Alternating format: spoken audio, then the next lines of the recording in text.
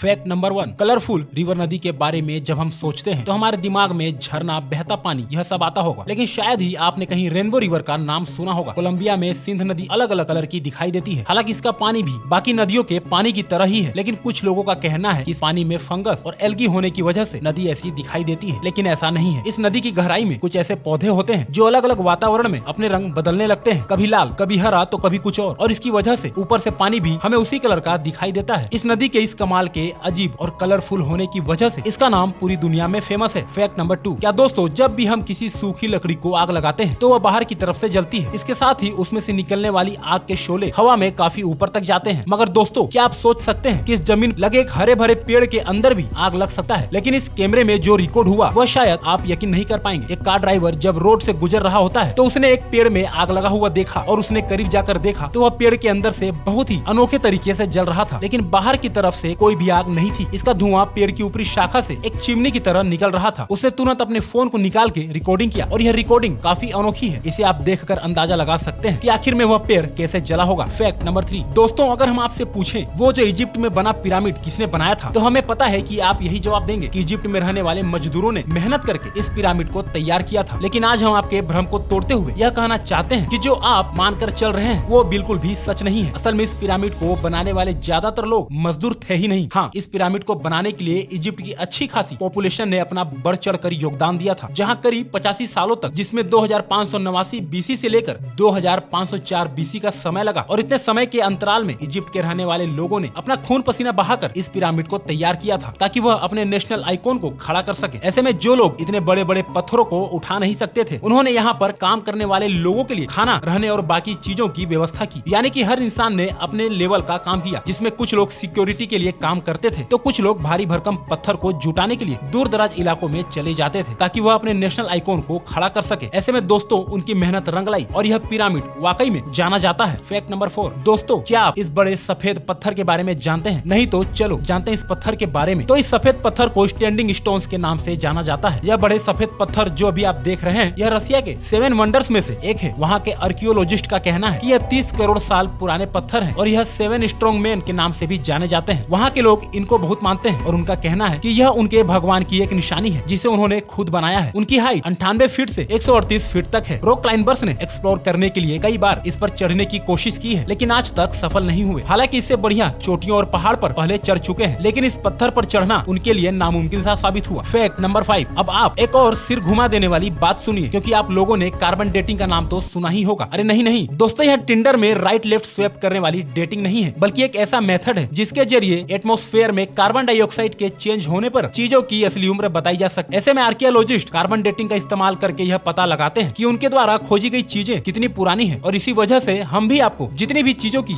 जानकारी देते हैं उनकी उम्र कार्बन डेटिंग के हिसाब से होती है। और विलेट लिबी नाम के जिस प्रोफेसर ने कार्बन डेट्स का पता लगाया था और इस काम के लिए उन्हें नोबेल प्राइज भी मिला था। लेकिन दोस्तों, दिल थाम लीजिए, क्योंकि हम आपको बता दें कि कार्बन डेटिंग के जरिए चीजों के असली उम्र का पता लगाना बहुत मुश्किल है। पर ऐसा इसलिए है क्योंकि हर जगह का एटमॉस्फेयर अलग अलग तरीके से चेंज होता है। हालांकि कुछ हद तक चीजें सही जा सकती हैं, लेकिन आप खुद सोचिए, 2 पेड़ हों जिनमें एक अमेरिका में हो और एक ग्रीनलैंड में, तो जाहिर सी बात है कि टेम्परेचर इफेक्ट की वजह से दोनों की ग्रोथ में काफी डिफरेंस आएगा। इसी तरह से कार्बन डेटिंग का भी हिसाब किताब है। फैक्ट नंबर 6, दोस्तों, क्या हो अगर आपके सामने कोई अनोखा सा दिखने वाला पंछी आ जाए? जी हाँ दोस्तों, एक व्यक्ति अपनी कार से जा रहा था, तभी उसे पेड़ पर एक इंसान जैसा परिंदा दिखाई दिया। उसने इस परिंदे को अपने कैमरे में रिकॉर्ड कर लिया। यह थोड़ी देर बाद वहाँ से उड़ गया। इस क्रीचर के बारे में किसी को कोई जानकारी नहीं मिल पाई, लेकिन जो भी हो, यह काफी खतरनाक और काफी अनोखा था, जो कि सोशल मीडिया पर बहुत ही तेजी से वायरल हुआ। Fact number 7, ice caps. Iceland की यह कैप्स दुनिया भर में इनकी खूबसूरती के लिए जानी जाती है। इन कैप्स में पूरे साल बर्फ जमी हुई होती है। बर्फ की वजह से यह जगह एक बड़े पहाड़ की तरह दिखती है और इस बर्फ पर सूरज की रोशनी पड़ती है तो वह ज्यादा रिफ्लेक्ट करती है और बर्फ पर अलग अलग कलर दिखाई देते हैं। इन कैप्स में बर्फ भी कई कलर की होती है, ब्लू, ग्रे, व्हाइट और ब्लैक भी। यह कैप्स दुनिया की सबसे बड़ी ठंडी बड़ी कैप्स में से एक मानी जाती है।